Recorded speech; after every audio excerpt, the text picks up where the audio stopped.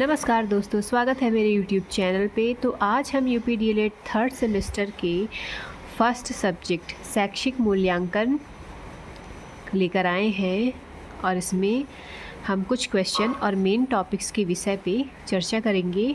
और अगर आपको मेरा नोट्स पसंद आता है तो आप भी नोट्स बनाइए, पेन कॉपी लेकर बैठे रहिए और इसको नोट्स बना करके अच्छे से आप रिवाइज़ करेंगे तो आप अच्छे नंबर स्कोर कर पाएंगी। तो चलिए ठीक है, फिर हम पहला टॉपिक शैक्षिक मूल्यांकन का पहला टॉपिक मापन पढ़ने जा रहे हैं। तो मापन, शैक्षिक मापन क्या है? शिक्षा के अंतर्गत यदि हम किसी छात्र के ज्ञान को मापने की गणितीय इकाइयों का प्रयोग करते हैं तो वह शैक्षिक मापन कहलाता है।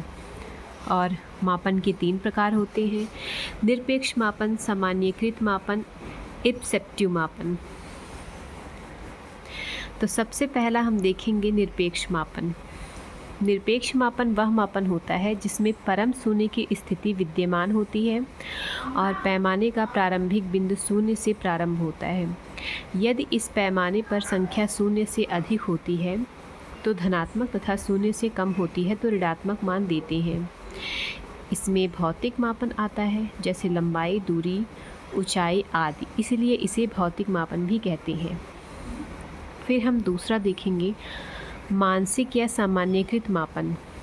यह वह मापन है जिसमें प्राप्तांक एक दूसरे से प्रभावित नहीं होते हैं या स्वतंत्र रूप से प्राप्त होते हैं। इसमें परम शून्य की संभावना नहीं होती है, इसलिए इसे परिणाम की व्याख्या गणितीय आधार पर नहीं की जा सकती है। फॉर एग्ज़ाम्पल के लिए कि यदि किसी बच्चे के गणित विषय में 0 अंक प्राप्त हुए हों तो इसका मतलब यह नहीं है कि बच्चे की योग्यता 0 है, बल्कि इसका अर्थ यह है कि बच्चा किसी भी प्रश्न को हल करने में असफल रहा है। अब हम तीसरा देखेंगे इब्सेप्टिव मापन। इस विधि के द्वारा मापन करने को कैटिल ने इब्सेप्टिव मापन कहा है। इसमें व्यक्ति या बच्चों को सामने कुछ प्रश्न, कथन या समस्याएं रखी जाती हैं और बच्चों को उन्हें वरीयता क्रम में रखने को कहा जाता है। यदि किसी कथन, प्रश्न, समस्या को प्रथम वरीयता दी गई तो अन्य किसी प्रश्न, कथन को वरीयता नहीं दे सकती। इसलिए इस प्रकार के मापन उपकरण को बाह्य चयन प्रश्न कहते हैं। अब अगर हम मापन के तत्व या अंग की बात करें तो इसके 3 अंग आएंगे, मतलब 3 प्रक्रियाएं होंगी। सबसे पहला मापनकर्ता। मापनकर्ता का अर्थ यह है कि वह व्यक्ति जो चरों का मापन करता है, और दूसरा है वस्तु, प्राणी अथवा क्रिया जिसकी किसी विशेषता का मापन होना है, और तीसरा वंचित चर की विशेषता को मापने के उपकरण या विधियाँ।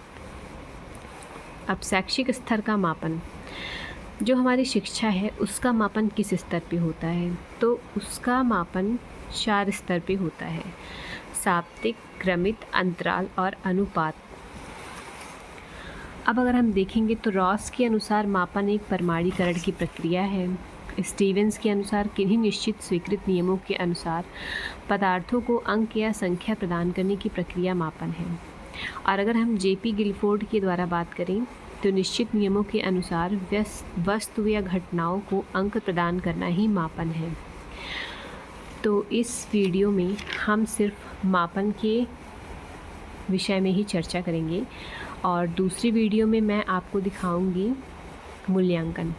तो आप जो है इसके नोट्स बना लीजिएगा वीडियो को रोक रोक के, जो कि बहुत ही सरल शब्दों में है। और अगर मेरा वीडियो आपको पसंद आता है तो अपने दोस्तों को ही भेजिए और मेरी वीडियो को लाइक और सब्सक्राइब करिए। Thank you so much.